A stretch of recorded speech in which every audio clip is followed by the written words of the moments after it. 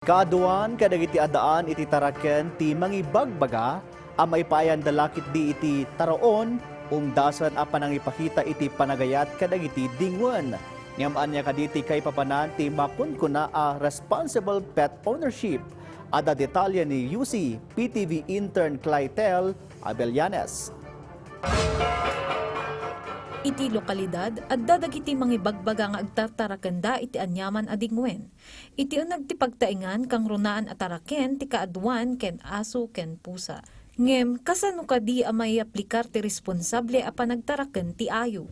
Sigun kadagiti addaan iti taraken, ti responsable a panagtaraken ti ayop ket mangrugi iti panangipaay iti umno ken umdas a taraon, balay ken dadumapay a kasapulan ti ayop.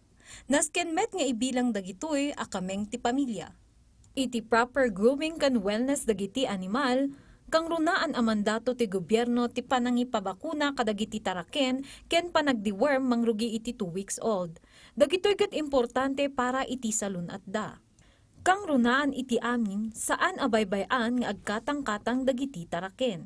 Sigon kani Amy Meneses, may sa a pet owner iti nasurok 5 atawen nga daan iti 2 nga aso imbilang na apaset ti pamilya na dagitoy.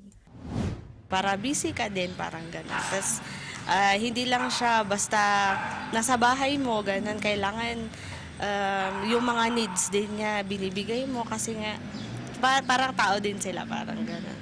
Siyempre pag lahat ng needs, bakuna, rabies, gano'n. Sigon met kani Mark Kenneth, nabayagan nga agtartaraken iti nagduduma nga aso, ti responsable a panagtaraken ti aso, ket panangipabakuna kadagitoy.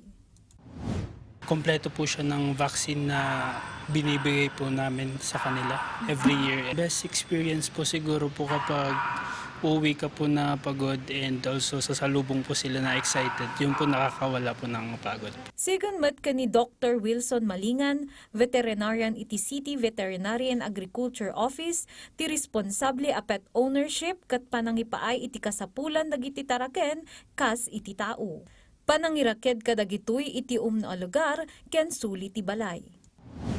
Pinagbabawal po yon yung pagtali or gumawa ng kulungan sa mga sidewalk. So pwede po silang mamulta kung sila po ay mabigyan ng citation ticket kung during the monitoring ay andun nga yung aso nila. Ito po ayon sa ating city ordinance is maximum of 3 days.